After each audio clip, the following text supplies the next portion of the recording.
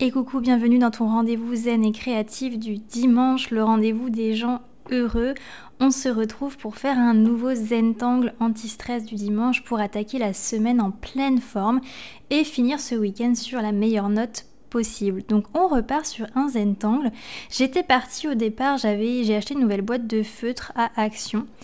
Et en fait, j'ai changé d'avis, je me suis dit que j'allais tester au crayon de couleur, car en fait, au feutre, dans ce genre d'exercice, chaque point où on va s'arrêter un petit peu va marquer. Moi, je trouvais beaucoup trop le papier, donc j'ai voulu tester au crayon de couleur, mais n'hésite pas à prendre, comme à chaque fois, le matériel que tu souhaites. Pareil, je suis partie cette fois sur de la couleur. On va pas faire un Zentangle tout noir, j'ai choisi une déclinaison de vert. Un peu plus tard dans la vidéo, tu vas voir. J'ai répété plusieurs fois l'importance d'avoir quand même à minima du matériel pas trop mal. Maintenant, si tu suis mes vidéos, tu sais que j'ai des bons crayons de couleur.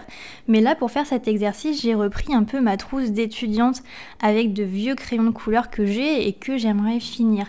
Mais tu vas voir à un moment donné dans la vidéo, et ben tout simplement la mine casse à 2 fois. Donc on voit même le petit accroc sur le papier. Tu verras à la fin.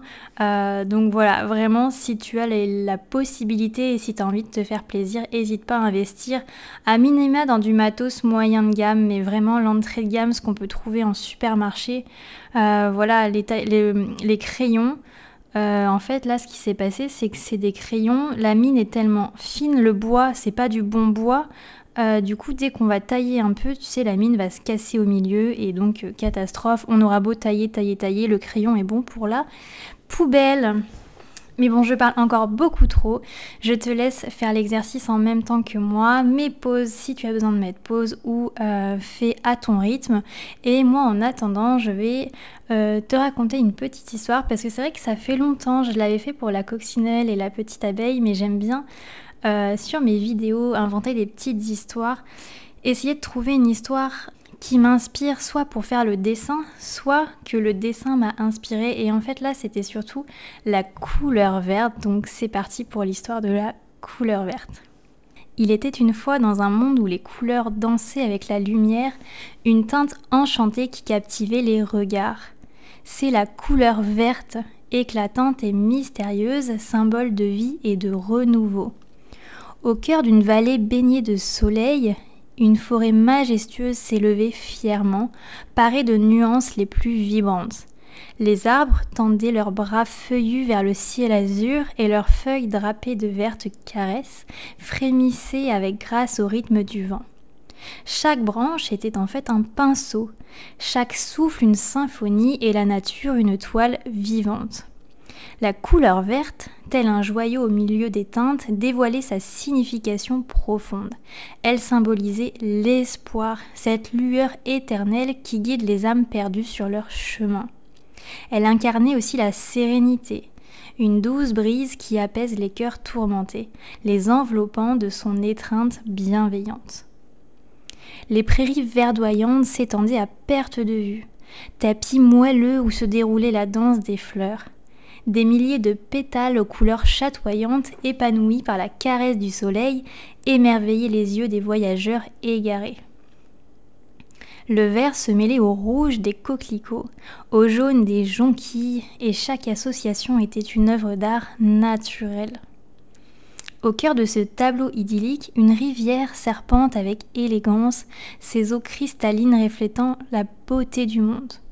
Les poissons y glissent en toute quiétude, parant leur corps d'un éclat argenté qui se marie harmonieusement au vert des algues flottantes.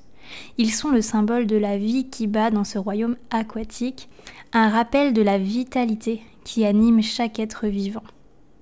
Les yeux des animaux de la forêt, dans une palette de vertes nuances, contemplent ce spectacle divin.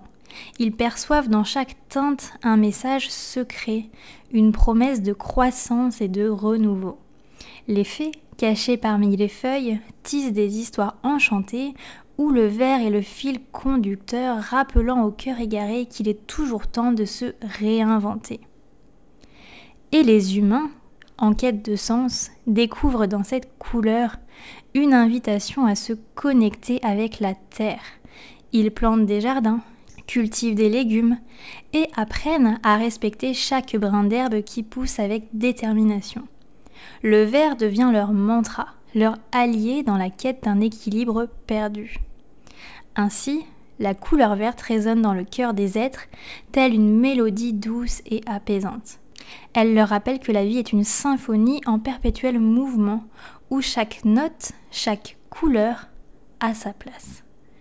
Alors quiconque s'émerveille devant ce paysage magique peut trouver en elle une source d'inspiration infinie. C'est aussi un rappel que la beauté se cache souvent dans les détails les plus modestes. Donc les amis, que le vert nous guide tous ensemble sur nos chemins, qu'il éclaire nos vies de son éclat et que son message de renaissance résonne à jamais dans nos âmes. Voilà les amis, j'espère que vous aurez pris plaisir. J'aime beaucoup laisser mon esprit vagabonder au rythme de mes dessins. Et c'est vrai que cette couleur verte avec ces symboles un peu géométriques, moi j'ai pris une règle d'ailleurs pour que ce soit le plus droit possible, mais bien évidemment vous pouvez le faire à main levée. Moi toutes ces courbes et toutes ces nuances de vert alliées au jaune, ça m'a inspiré cette petite histoire. Dis-moi en commentaire ce que t'en penses. Moi j'aime beaucoup créer des histoires, ça a toujours été comme ça. Depuis que je suis toute petite, j'adorais toujours en cours de français. J'étais pas très bonne en cours de français, mais par contre j'aimais bien dès qu'il y avait des rédactions à faire, de laisser libre cours à mon imagination. Et je me souviens que déjà à l'époque, même en école primaire, on disait à mes parents que j'avais une forte imagination.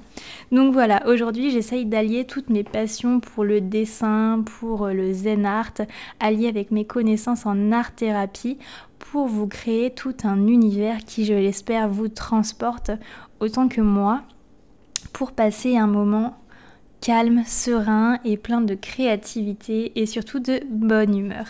Voilà, j'espère que vous aurez passé un bon moment, que vous allez prendre plaisir à réaliser ce petit Zentangle et moi je vous dis à la semaine prochaine. J'espère que je vais avoir le temps de vous monter la vidéo, mais si j'ai le temps, mercredi sort une nouvelle série. J'avais envie de créer une série un peu dans le style cahier de vacances. Et dans cette série cahier de vacances, on va se préparer quelque chose, on va se préparer un outil qui va nous être utile pour toute l'année à venir, donc 2023-2024. N'achetez pas. Enfin, sauf si vous avez envie, bien évidemment. Mais si vous avez envie d'essayer de créer quelque chose de vos propres mains, n'achetez pas encore tout ce qui va être bullet journal, livre de motivation, tout ça. Vous n'en avez pas besoin, tout est déjà en vous. Et on va essayer de créer quelque chose ensemble qui va vous permettre de développer tout ça durant l'année à venir. Donc, l'idée est là. Le cahier de vacances, c'est la série que je suis en train de réaliser. J'espère avoir le temps de vous monter la première vidéo pour mercredi et on va partir sur cette série tous ensemble. Voilà, encore une fois, très bon dimanche, prenez soin de vous et puis comme je le dis à chaque fois, restez inspirés, restez positifs.